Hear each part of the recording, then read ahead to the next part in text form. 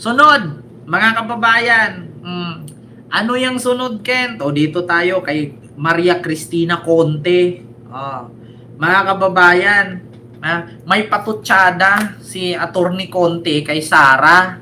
Kasi, mga kababayan, in-interview si Attorney Conte ng isang, di ko alam kung reporter ba yung nag-interview sa kanya or netizen or vlogger, na ano daw reaksyon ni Attorney Conte sa hindi pagsipot ni Sara at yung 6 billion na pera sa bangko ni Sara.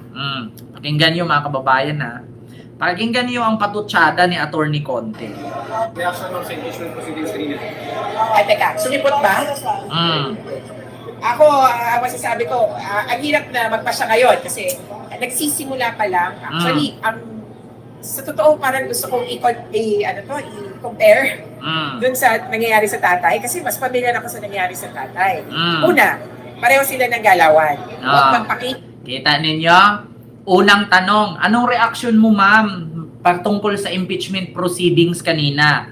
Ang sagot ni Attorney Conte, ang sagot ni Attorney Conte, sumipot ba? Di ba? Ano daw? Ano daw? Kent, minsan sa ibang lugar ka mag-vlog, wag palagi dyan. Sometimes sa loob ng car mo, sa tiris or sa ibang lugar. O ano naman ngayon kung nandito ako lagi? Problema ba yun? Ulitin ko ha mga kababayan. Ay, teka, sumipot ba?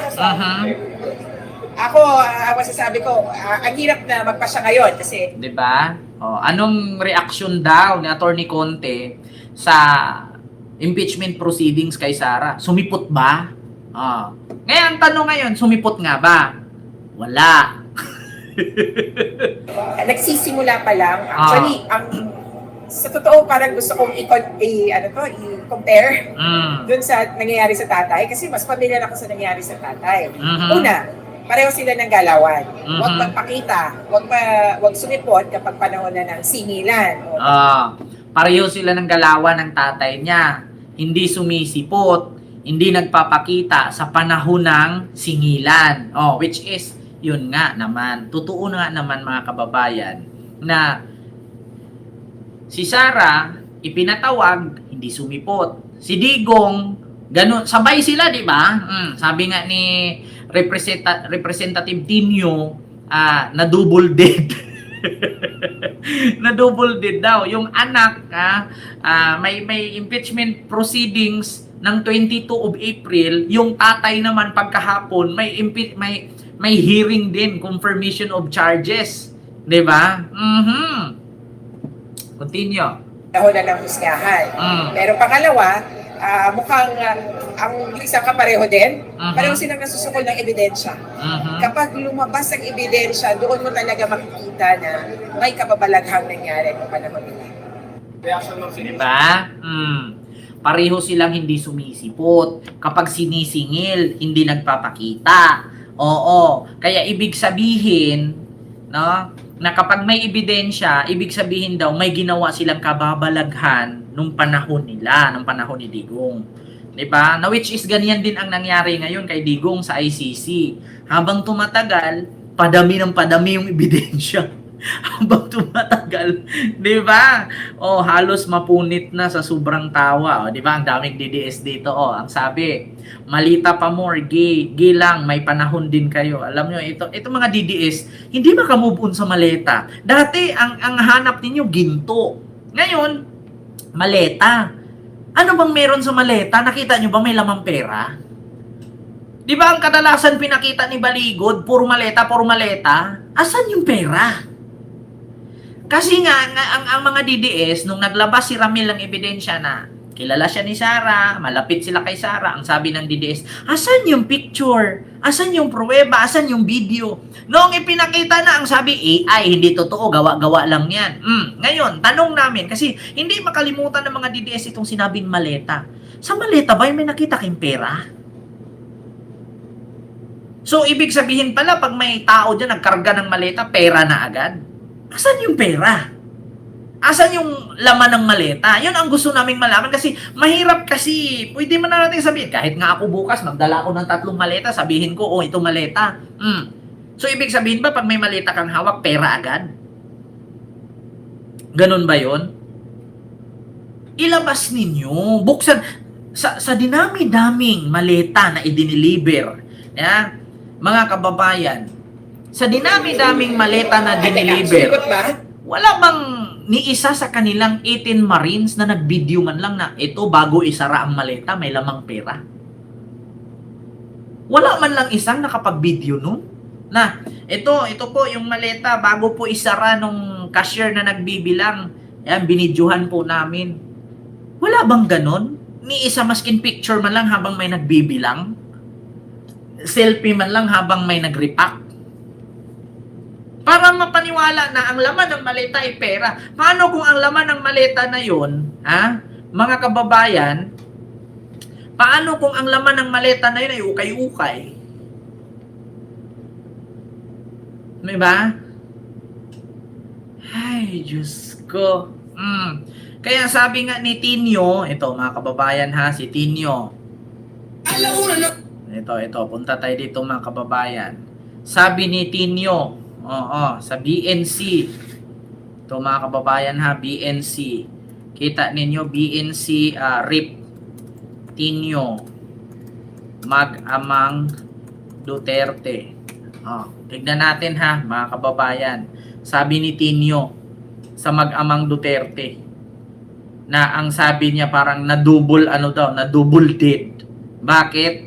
Kasi nga hearing sa kay Sara, hearing din kay Digong. Diba? Nasaan ba yun? Hanapin nga natin mga kababayan. Hanapin natin yung reaction ni Representative Tinyo. Andito sa BNC, yung tawa nga ako ng tawa nun sa reaction niya Mga kababayan, wait lang. Wait. Hanapin natin yan para malaman natin yung kanilang mga katangahan. Diba? Ito po, asan na ba yun si Tinyo? Mga kababayan, tawang-tawa ako dun sa reaction ni Tinyo na double, double dead ba yun? Double standard ba yung sabi niya? Na daw yung tatay nasa hearing, ito. Huwag takbuhan. Sa halip, dapat daw harapin ng mag-amang Duterte ang kanilang mga issue. Sa impeachment man o sa ICC. Yan ang agenda report ni Isaiah Mirafuentes ng Abante. Na-double kill daw ang pamilya Duterte. Double kill daw ang pamilyang Duterte, sabi ni Tinyo. May kasi kahapon ang impeachment hearing laban kay VP Sara at ang final decision ng ICC sa jurisdiction sa kaso ni FPRRD. Pinapakita nito na in the end, hindi talaga matatakasan ng mga Duterte ang accountability. Tama. No, yung tatay, kailangan humarap sa hustisya. At yan ang nakikita natin sa nangyayari sa Daig. Pero aminado si Acting Church Party List Representative Antonio Tinyo na malapader pa rin ang tiwala ng tao sa mga Duterte. Well, realidad na mataas pa rin ang popularidad ng Duterte brand. No? Hindi naman nakatali sa isang tao lamang. Ultimately, it's a brand, Duterte brand. No? Kaya nga kahit ang Vice Presidente na wala naman talagang track record ay nangunguna sa presidential. Ang sakit, no? Vice Presidente na walang track record, sa madaling salita, walang nagawa, pero nangunguna sa survey. Biro, ang sakit nun. Vice Presidente ka tapos walang track record, tapos nangunguna ka sa survey. Masakit yun, As early as now, ganon din itong si Mayor Baste na biglang pinoproject na. Sa kabila nito, tiwala si Tinyo na aabot sa Senado ang impeachment ni VP Sara dahil sa lakas daw ng mga ebidensya. Tama. Pinatikos din niya ang planong biyahe ng bise Tila pagtakas daw ito sa kanyang pananagutan. Diba, Para mamulay? naman kay Akbayan Party List Representative Persis Indania, walang ibang dapat sisihin kundi si VP Sara at ang kanyang pamilya. Sa dulo raw, ang BC mismo ang magdidiin at uusig sa kanyang sarili. Tama. Sa susunod na impeachment hearing sa April 29, tatalakayin daw ng House Justice Committee ang muli pagbubanta ni Duterte laban sa First Family at former House Speaker Martin Romualdez. Posible rin daw pusisiin ng komite ang tax records ng BC at ng kanyang asawa na si Mans Carpio. Para sa agenda, Isaiah Mirafuentes. Kita nyo mga kababayan, sabi ni Tinio, double kill. Sa madaling salita, nabutya. Sa madaling salita, nabutya sila. Alam mo yung matagal ng karne, tapos binibenta pa. Yun yung butya. Biruin mo na double kill umano, sabay ang impeachment hearing sa ICC at sa Kamara. Tapos daw, meron daw ang lakas ng loob na tatakbong presidente na wala namang track record. Totoo naman talaga mga kababayan, biruin mo, ang lakas ng loob tatakbong presidente. Tapos pag tinanong mo, ano bang nagawa? Yung pumagpulot ng basura. Ano pa? Yung magtanim ng puno. Ano pa? Yung gumawa ng libro. Tapos tanong, yun bang nagtanim siya ng puno na pakinabangan na ba ng mga Pilipino? Hindi po. Kasi bakit? Hindi pa po lumaki. Yun bang nagpulot siya ng basura na pakinabangan pa ng Pilipino? Hindi po. Kasi sa bundok po siya ng pulot. Pangatlo, yun bang libro ni Sara pag nabasa ng bulag nagkakaroon ng mata? Paano nga magbasa? Bulag nga. Yun bang libro ni Sara pag nabasa ng pilay nakakatakbo? Yun bang libro ni Sara pag nabasa ng senior citizen na may diabetes, hindi ba maputulan ng daliri o mabulag? Yun bang libro ni Sara ang proyekto pag nabasa ng yagit na walang makain, nagkaroon ba siya ng fried chicken? Diba? Yun mga kababayan. Yun ang katanungan. Ay, Diyos ko. Kaya nga sa madaling salita mga kababayan, si Sara, yung itinakbo po niyang presidente or pagpasok niya sa presidential race 2028, hindi po yan para sa bayan yung ginagawa niya. Para sa sariling pamilya. Bakit? Kapag si Sara nanalo, unang gagawin niya, lahat ng kaalyado, absuelto na may mga kaso. Lahat ng kaalyadong nakakulong, makakalaya lahat yan. Yung tatay niya na sa ICC, makakauwi yan. Si Saldico, pag uwi, absuelto yan, magkakaroon ng pardon yan. Sino pa? Yung mga kaalyado na yan, si Tebes, makakalabas di oras yan. Si Bantag, malayang makakalabas, tatakbo pang senador yan. Niwala kayo sa akin mga kababayan. Yan ang mga gagawin ni Sara. She is running not for the Filipino people, but for their own family's interest. Yun ang kanilang gagawin, ang kanyang balak. Diyos ko, maniwala kayo, si Kibuloy nakakulong, hindi makalaya yan. Niwala kayo sa akin. Si Robin Padilla nga, convicted, pinalaya ni Digong. Si Gloria nga nakabraket-braket na sa liig kung ano ng mga kaik-ikang ginagawa. Tapos nung naging presidente si Digong, nawala. Ano yun? Himala! Himala pala si Digong nung naging presidente. Yung sakit ni Gloria Arroyo sa liig, nawala. Biruin mo, no, nabigyan ka ng pardon, nawala yung sakit sa leeg. Ano yun si Digong? Santo? Ano yun? Pagkapanalo ni Digong, may kasamang himala. Nanalo si Digong, nawala yung sakit ni Gloria. Nanalo si Digong, nakalaya si Erap. Ay, nako.